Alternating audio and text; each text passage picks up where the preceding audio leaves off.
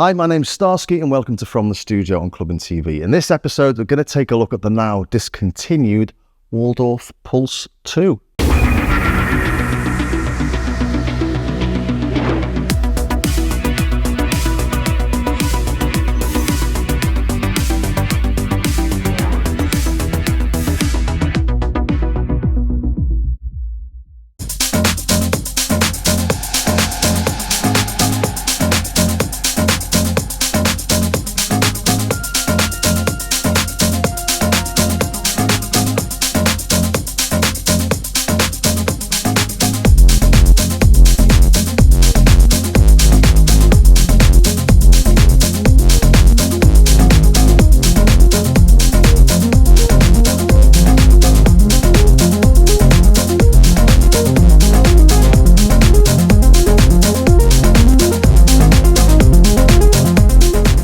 It's a lovely little thing this, and despite its looks, it's actually an analog synth. We've got this matrix display here, which reminds me of the microKORG. We use these buttons down here to select the menu items, and then we've got the knobs along the bottom, and we see here what each of the knobs does.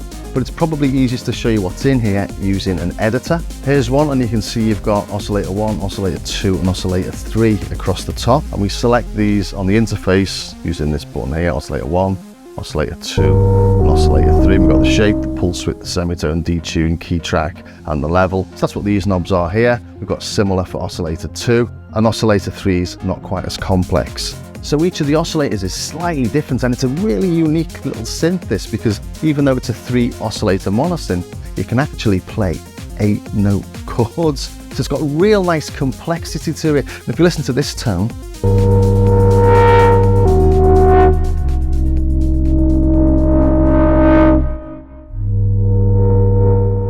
you can hear there's loads of nice weird harmonics and things that we're getting from frequency modulation, but it's frequency modulation of the pulse width. As I say, it's a really unique synth. So what I thought I'd look at here is the oscillators, as they're the most interesting bit. So we'll kick off with oscillator 1.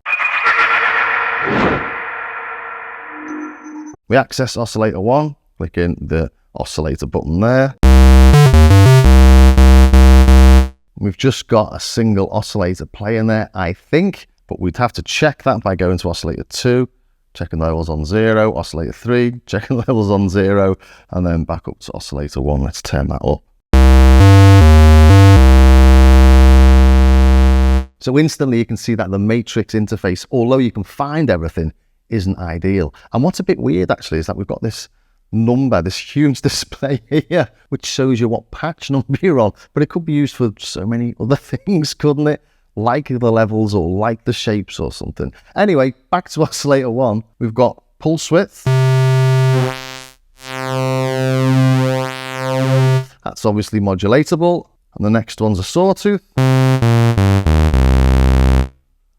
then a triangle. So we're getting all the standard analog synth oscillator shapes. And now this is completely not a standard analog oscillator shape. It's like a pulse in a sub with pulse width that you can modulate above it an octave higher.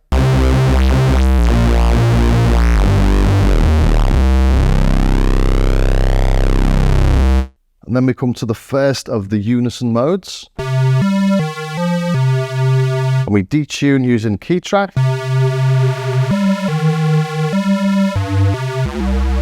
Change the pulse width. Then we've got another unison mode, unison P, which is a poly mode. So it will spread up to 4 notes at a time. Let's take the key track off, the detune.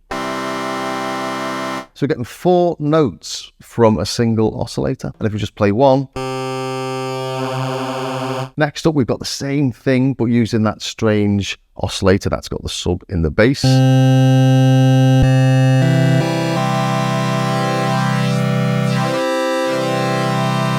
And then we come to the really weird ones, which are the paraphonic modes. So this is paraphonic 8. 8 notes from a single oscillator. It's just bizarre. And then we've got this other one, which gives us 4 notes. So why only 4 notes? Well, this allows us to use oscillator 2 as well. The previous mode, you can only use oscillator 1 to get 8 notes. On paraphonic 4 mode, you get 4 notes on oscillator 1 and 4 notes from oscillator 2. So you can do really nice, rich chords.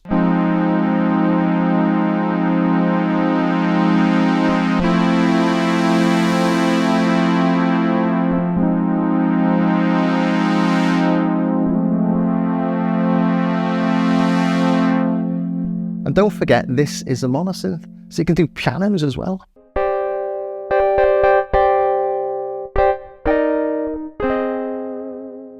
But all in all, it means you can write complete tracks using just this.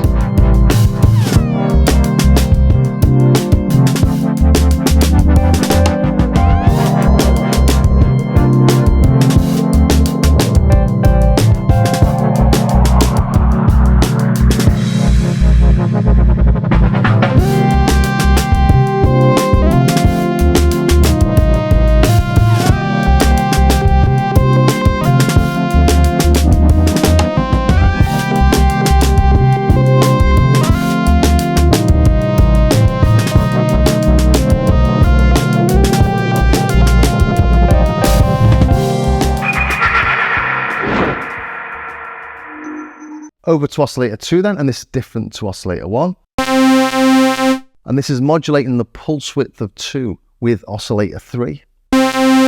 So we're only listening to oscillator 2 there. But if we go into oscillator 3 and start detuning it, get all those FM style tones. And this is really clever. Without going into the ins and outs of it, it's a DCO synth. DCO synths tend not to have FM because it can't be implemented easily, but they're getting those FM style tones just by modulating the pulse width. It's a really great idea.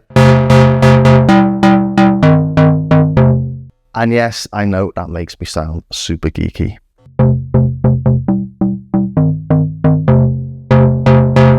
So it massively opens up the sonic palette to get really nice, dirty sounding metallic basses.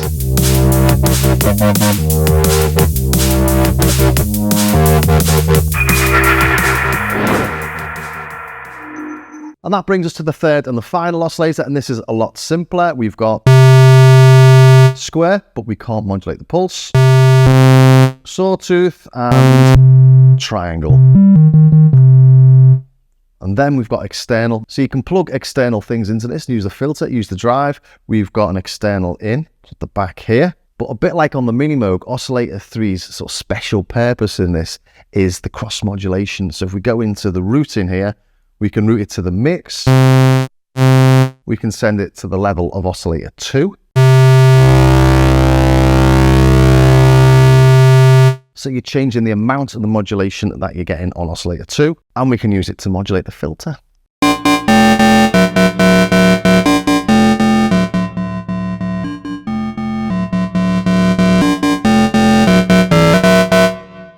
Gonna say that's quite a nice tone, isn't it? So go to there, store, 63, store.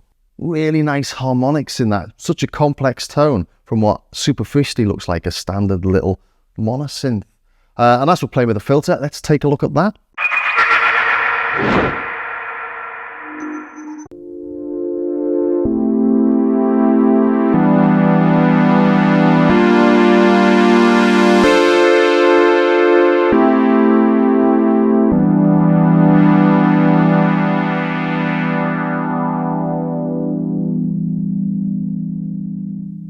It's an analog synth, it's an analog filter. That's the 24 dB low pass, really nice rich sounding, isn't it? Low pass 12 dB, a bit like an Oberheim.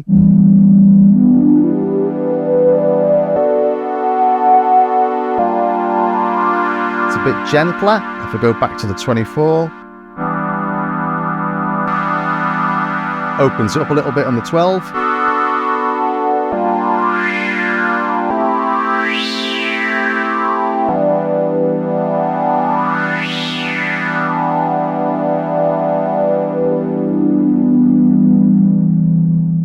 Super nice on pads. Then we've got a band pass.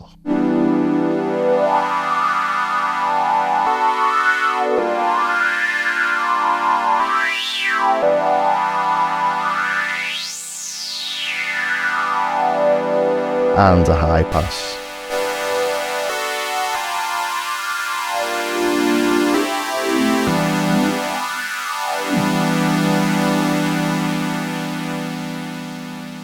All in all then, it's a really flexible little synth, isn't it? We've got 3 oscillators that can play 8 notes at once, plus we've got cross mod, and we've got 4 different filter types, all analog. We've also got a drive circuit.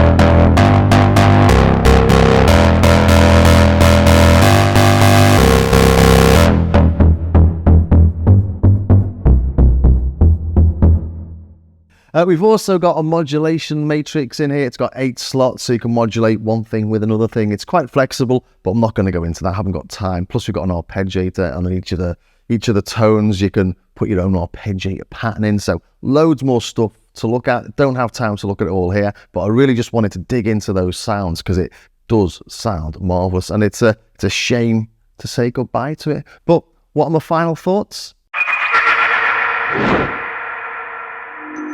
So there you have it, the Waldorf Pulse 2. I suppose every synth does have its day, and this has had 10 years in the spotlight, but now it's been laid to rest. I suppose it's been outshone by much more knobbier interfaced modern analogs. But might be worth picking up actually, because vintage microwaves are worth a fortune these days. Buy it now while there's some left in the shops, and it could pay for your retirement perhaps. Well, I hope you enjoyed that, and if you did, please remember you can watch it whenever you like on our Clubbing TV official YouTube channel on the From the Studio playlist. And if you've got any questions, drop me in the comments and I'll see what I can do to answer them. And if you are into your synth tech and your synths and your drum machines, do check out my Starsky Carr channel on YouTube as well, where I've got a lot more in-depth comparisons, walkthroughs, demos and reviews. And I'll see you in the next episode from the studio.